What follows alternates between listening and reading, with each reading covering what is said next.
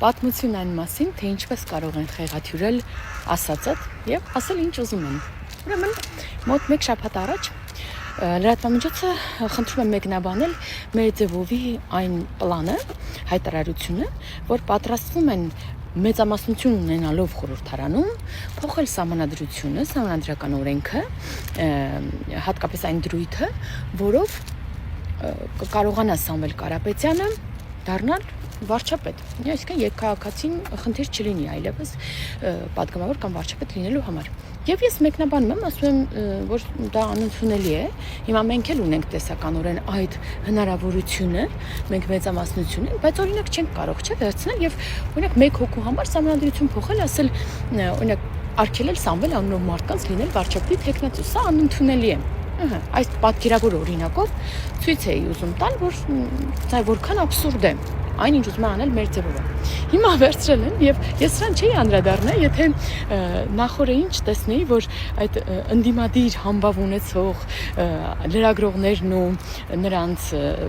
լրատվամիջոցները տարբեր սա օգտագործում են իմ դեմ ներկայացնելով իբր ես մենք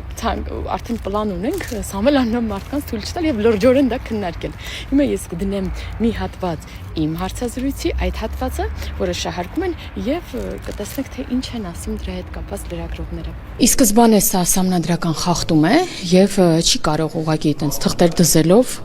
գործ սարքելով, ինչ որ իրեն հարմարեցնել պետությունը, օրենքները, տեսեք, մենք հիմա կարող ենք մեծամասնություն ունենք, կարող ենք օրենք ընդունել եւ ասել բոլոր ենթադրենք Սամվել անունով մարդիկ չեն կարող լինել տեխնացու, կարող ենք չէ անել։